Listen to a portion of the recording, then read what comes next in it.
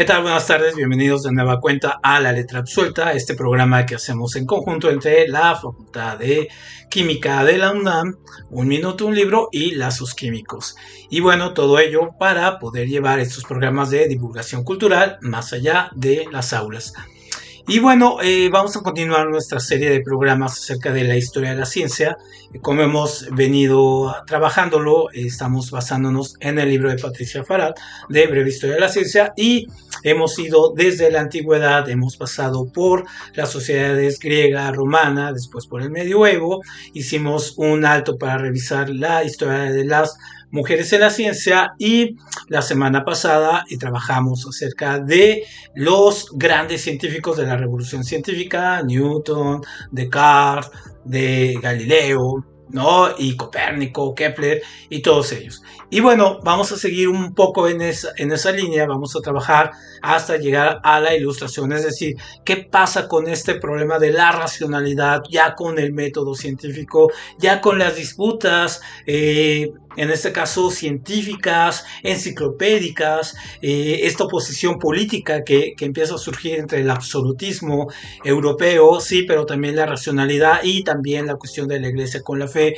y empiezan a surgir una serie de situaciones donde luchan estos dos grandes poderes, la fe contra la razón, y entonces más bien es tiempo de posicionarse frente a estos dos poderes, por un lado los científicos, por otro lado la religión y la iglesia, y como en este caso en el ring, de las monarquías. Posteriormente van a llegar los primeros gobiernos que ya se van a llamar repúblicas, vamos a tener la Revolución Gloriosa en Inglaterra, después vamos a tener la Revolución Francesa y posteriormente las revoluciones burguesas tanto en Europa como en América Latina, las revoluciones de independencia.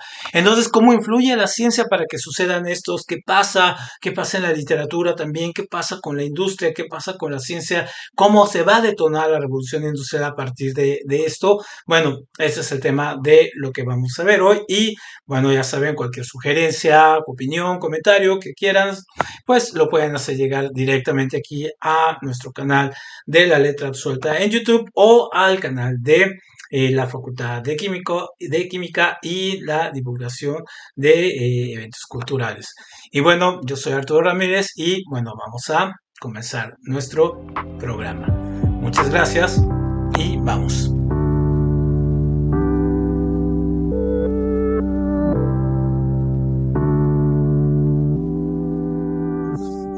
Para comprender las razones por que la ciencia se ha convertido en la columna vertebral del mundo moderno, es necesario describir los eventos que tuvieron lugar tanto dentro como fuera de los laboratorios.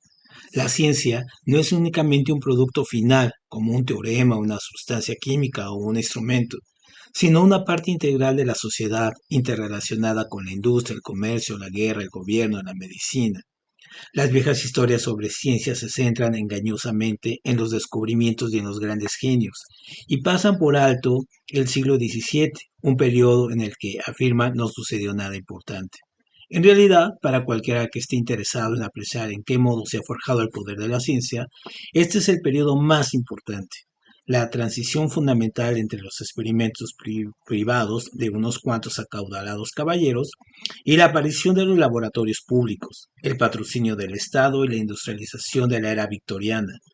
Los experimentadores emprendedores empezaron a actuar como expertos en relaciones públicas. Convencieron a los críticos que invertir en ciencia era la actitud más útil y rentable. Promovieron las sociedades, las carreras y las oportunidades de financiación que se han convertido en el rasgo principal de la ciencia en el mundo. Quizá las instituciones no estén dotadas del carisma de los heroicos descubridores, pero fueron esenciales para publicitar los logros de la ciencia y para atraer el soporte financiero. Sin ellas, no existirían los grandes centros de investigación ni los proyectos científicos mundiales. Y como bueno, podemos verlo y podemos constatarlo nosotros todos los días, incluso en las universidades, en nuestros centros de trabajo, donde nosotros realizamos y partimos de la ciencia.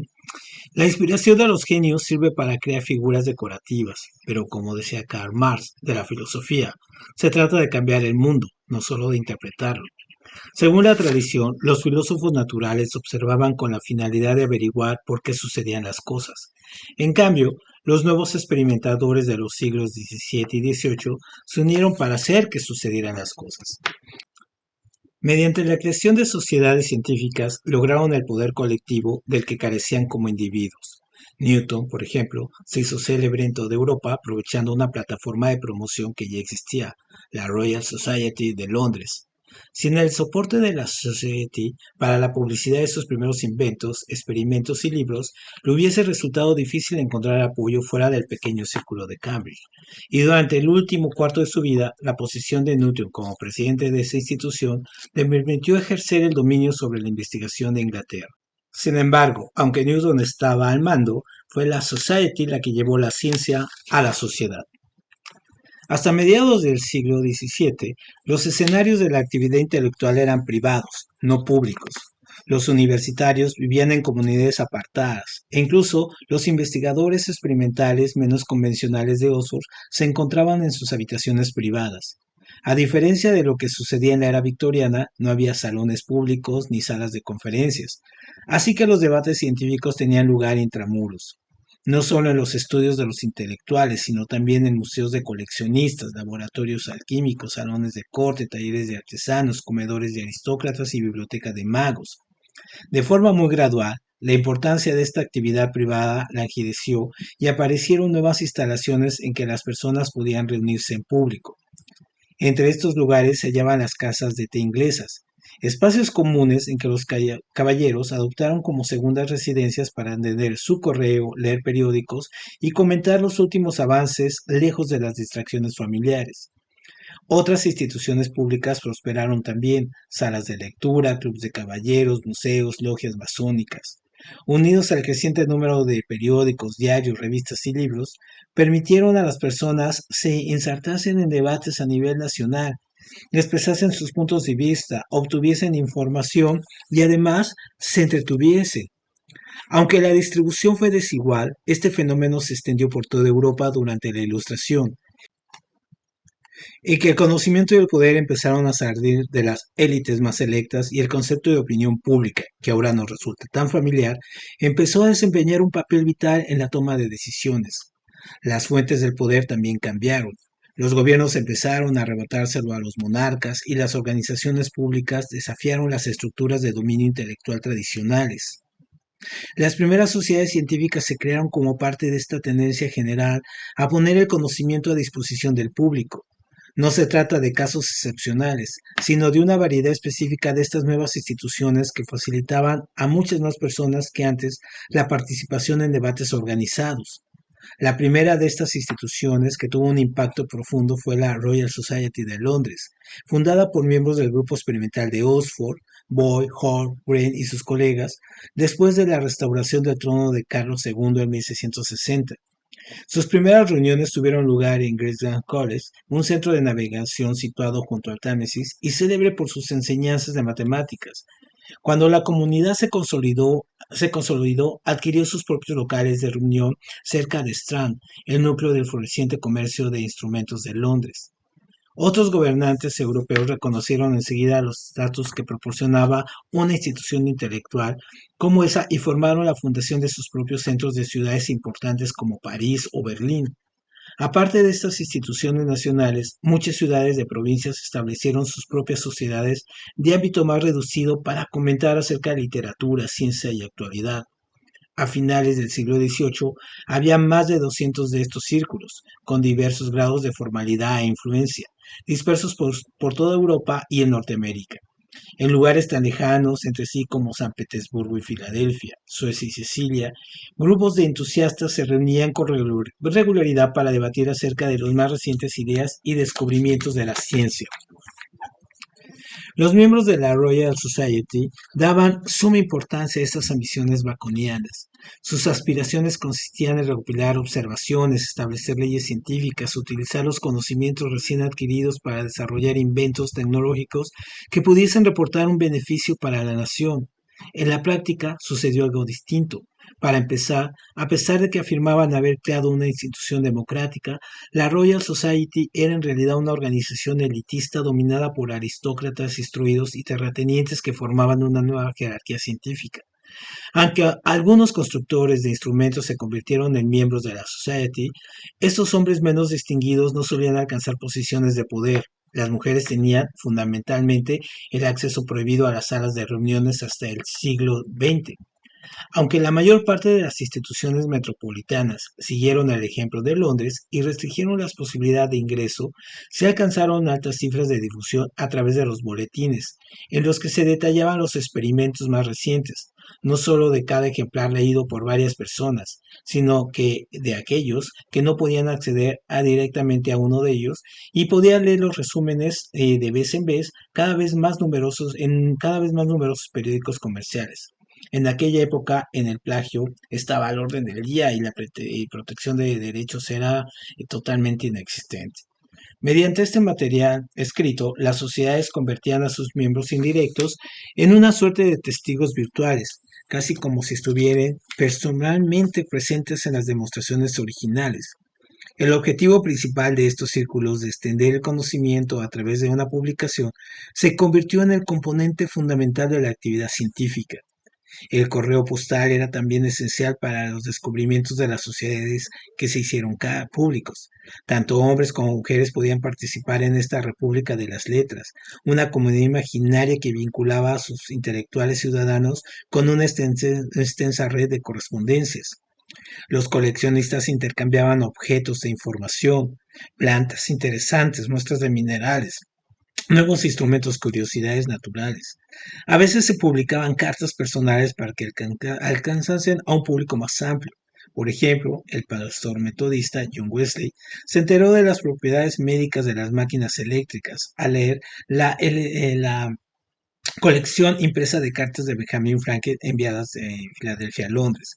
A su vez, la fascinación inicial de Franklin por la electricidad tuvo su origen en la lectura de un artículo de una revista en la que se hablaba de algunos experimentos realizados en Inglaterra. Además de expandir el conocimiento, las sociedades distribuían fondos monetarios.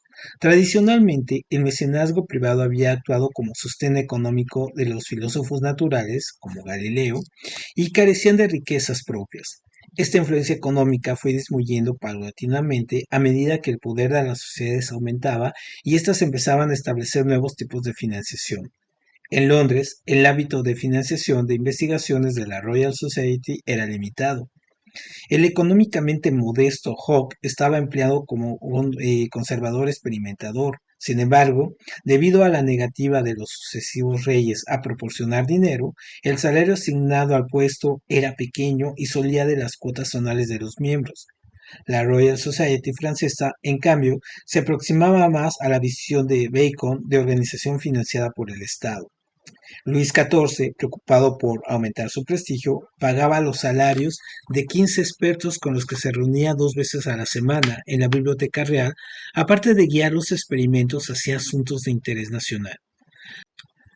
La diferencia entre las estructuras de las sociedades de París y Londres supuso una influencia fundamental en el desarrollo científico en ambas orillas del canal durante la Ilustración. En Francia, unos resultados generosos y una sólida base financiera alentaban las investigaciones teóricas y favorecían que el gobierno mostrase una decidida orientación científica. En Inglaterra, sin embargo, la investigación estaba más bien motivada por intereses estructurales y particulares. Los aristócratas adinerados seguían sus propias líneas de exploración, mientras que los inventores emprendedores como de Saussure se centraban en proyectos prácticos con el fin de generar fondos. Las sociedades idearon gradualmente formas de sacar dinero a la fuerza de sus recios monarcas. En junio de 1760, los miembros de la Royal Society de Londres se enteraron de que los tradicionales enemigos de Gran Bretaña, los franceses, habían organizado diversas expediciones con el fin de registrar el tránsito de Venus, similar a un eclipse lunar, del año siguiente. Para justificar su solicitud de 800 libras al gobierno, la Royal Society hizo hincapié en el honor nacional. Supondría ceder demasiado terreno a los extranjeros si Inglaterra dejase de enviar observadores a los lugares más idóneos para ese propósito y súbditos de la corona de Gran Bretaña. Aunque los resultados no fueron concluyentes, afortunadamente debía ocurrir otro tránsito 8 años más tarde, para el que los miembros solicitaron y obtuvieron 4.000 libras. A finales del siglo, el presidente Joseph Banks, un aristocrático autócrata que ejerció su dominio sobre la ciencia británica durante 40 años, estaba situado estratégicamente en los comités de la Society e influyentes políticos que fueran capaces de obtener financiación del Estado. A su muerte, en 1820, Banks había logrado implicar profundamente a la Royal Society en la expansión del Imperio Británico. Sistemas. Francis Bacon comparaba a los experimentadores de hormigas corriendo de acá para allá recogiendo observaciones para que las sabias abejas, los filósofos naturales, las dirigiesen. Pero con la reducción del precio de los libros y la facilidad para viajar al extranjero, la masa de información acumulada enseguida se hizo imposible de gestionar. La organización era esencial. La imposición del orden permitía a los filósofos naturales mantener controlados a los discos los datos y convertirlos en conocimientos científicos. La Ilustración se suele denominar también la era de la clasificación, el periodo en que la agrupación de datos, los objetos y el conocimiento con categorías sistemáticas se convirtió en una obsesión. La construcción de estos sistemas de archivo intelectual se reveló como una tarea compleja. Tristan Sandy Sr. pasó 3 años recopilando su Tristapedia, un sistema organizado de información cuya finalidad era la educación de su hijo.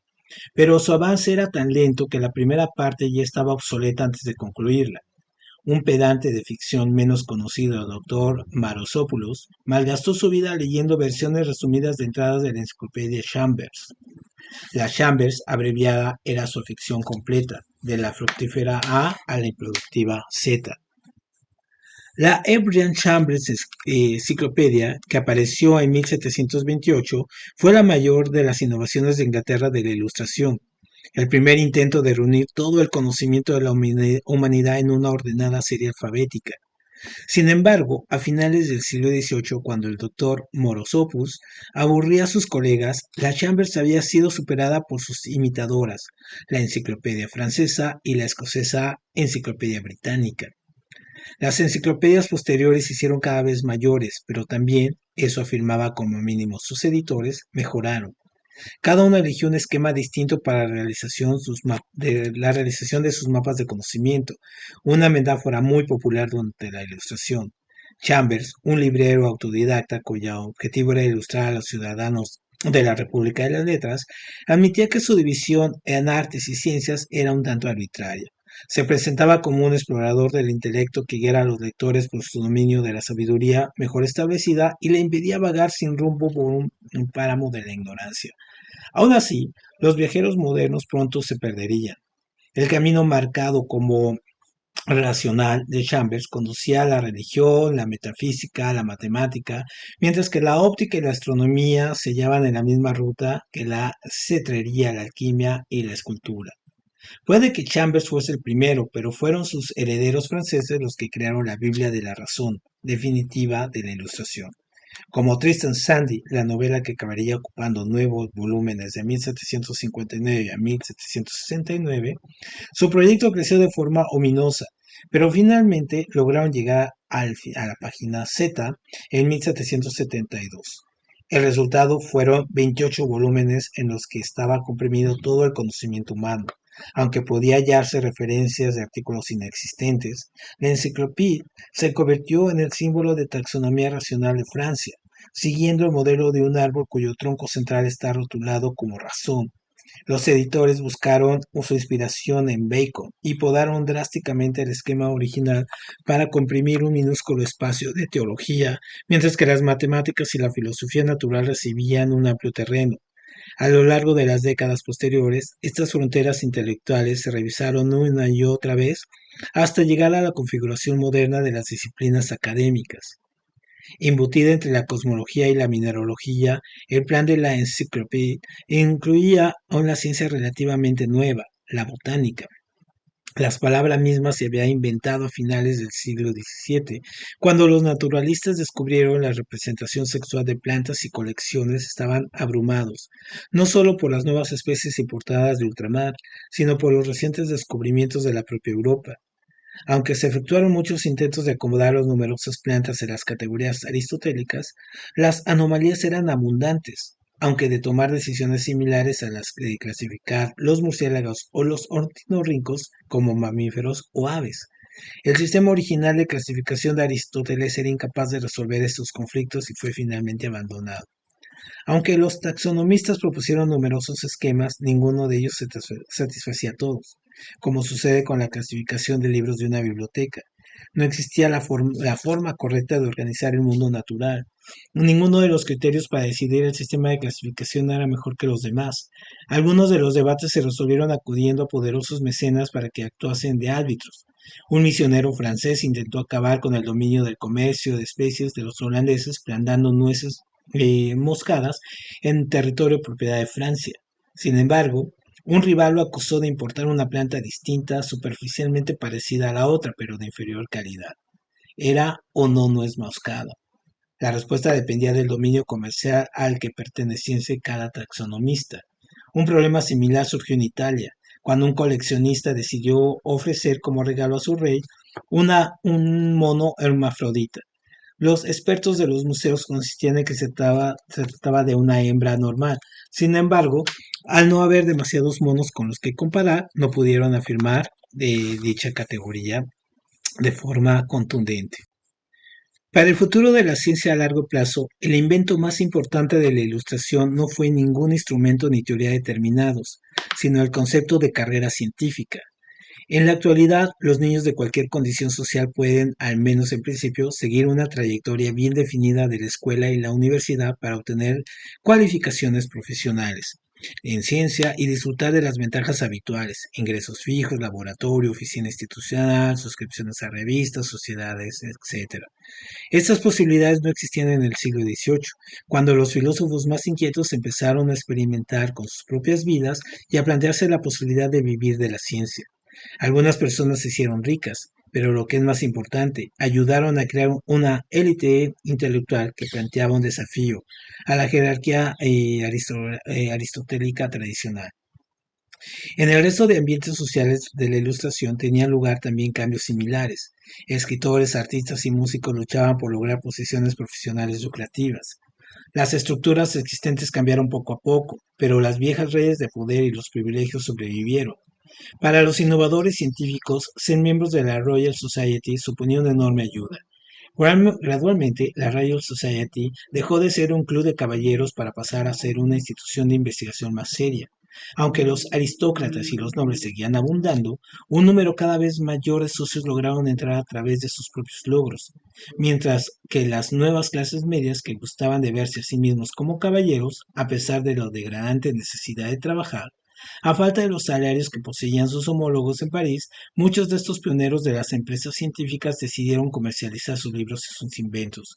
Aprovechando el prestigio de las siglas FRS, Fellow of the Royal Society, miembros de la Royal Society, obtuvieron patrocinios y contratos comerciales, utilizando a la Society para su beneficio monetario propio.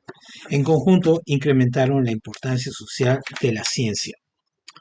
Por muy sólidos que sean los cimientos actuales de la ciencia, hace 200 años su estatus era confuso. El conferenciante con el fuelle en la mano es Humphrey Davy, famoso actualmente por haber descubierto nuevos elementos y por haber inventado la lámpara de seguridad para mineros, pero al que en aquella época se solía vilipendiar por haber importado la química de Francia, lo que amenazaba con desequilibrar los valores de la clase dirigente.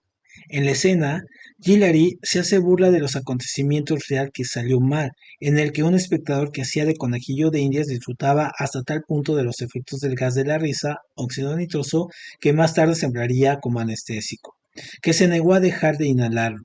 En otras ocasiones menos accidentadas, Davy, a quien se le daba bien el espectáculo, demostró que era capaz de controlar las fuerzas de la naturaleza con sus instrumentos químicos y eléctricos. Davy, un hábil propagandista de sí mismo, se hacía llamar genio de la experimentación y acabó siendo presidente de la prestigiosa Royal Society. Sin embargo, las reservas sobre la ciencia no desaparecieron por completo y nadie sabía cómo llamar a los hombres que la practicaban. La palabra científico aún no se había inventado. En una expresión que recuerda el deseo de Bacon de dominar el mundo mediante el cambio, David se jactaba de la experimentación que permitía al hombre interrogarse a la naturaleza con el poder de la mano, no solo como un erudito pasivo cuyo único objetivo era comprender su funcionamiento, sino como amo activo con sus propios instrumentos. Pero David también advertía a su público de que las promesas de las ambiciones espectaculares científicos podían caer en exceso. Fue una mujer, Mary Shelley, la que capturó con mayor habilidad algunas de esas ambiciones ambiguas actitudes. Después de sumergirse en las conferencias públicas de Davy, Shelley creó a Victor Frankenstein, un producto de su imaginación que, como Elias Hano, representaba los diversos rostros de la ciencia experimental. Haciéndose eco de las advertencias de David, Shelley cautivó a sus lectores al articular sus propias sensaciones ambivalentes acerca de la investigación científica. En la actualidad, se suele interpretar Frankenstein como un aviso profético de los peligros de la ciencia, en especial de la bomba atómica, pero en realidad Shelley estaba poniendo de manifiesto el incierto estatus de la ciencia en su propia época. Aunque Craig, Martin y otros muchos filósofos pioneros habían logrado vender la ciencia en público, a principios del siglo XIX muchos clientes seguían siendo resistentes a comprarla.